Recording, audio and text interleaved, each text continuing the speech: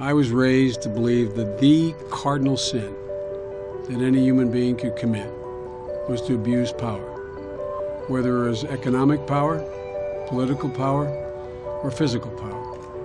It's so remarkable to have the Vice President talk about the seriousness of domestic violence and of sexual assault. Domestic violence is insidious, and it's in all of our homes. It's in your next door neighbor's home. It affects the workplace. It affects schools. It affects every part of our lives. So even if it's not affecting you personally, it's definitely affecting someone that you know. 30 years ago, my brain never could have imagined the passage of a Violence Against Women Act. It provided federal recognition for the first time of something that women have struggled with since the beginning of time. September 13th, 16 years ago, this act became law. The ugly fact that generated us writing and, with your great help, passing this legislation has not gone away, nor will it go away.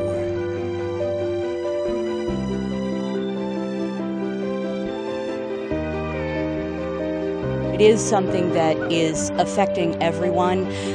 If it's not in your own relationships, you're bound to have friends or family members who it is happening to. You're seeing it in your school, you're seeing it in your community. There's just no way to get away from it.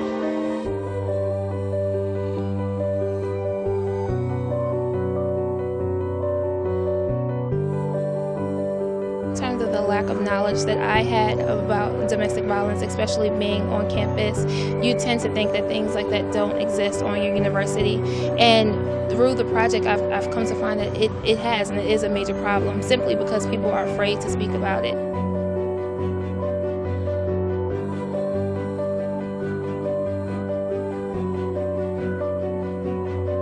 I think the main thing that we're fighting now, especially amongst students at historically black colleges and universities, is the stigma behind the discussion.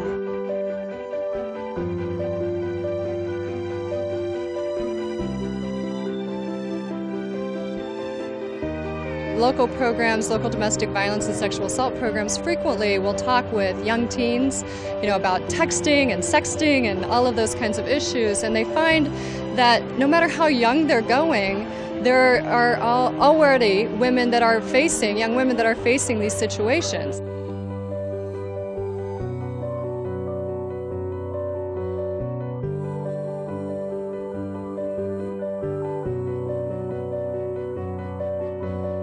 It is very obvious that there's a lot of new technology that so many of us struggle to figure out. But I also say there's really nothing new under the sun.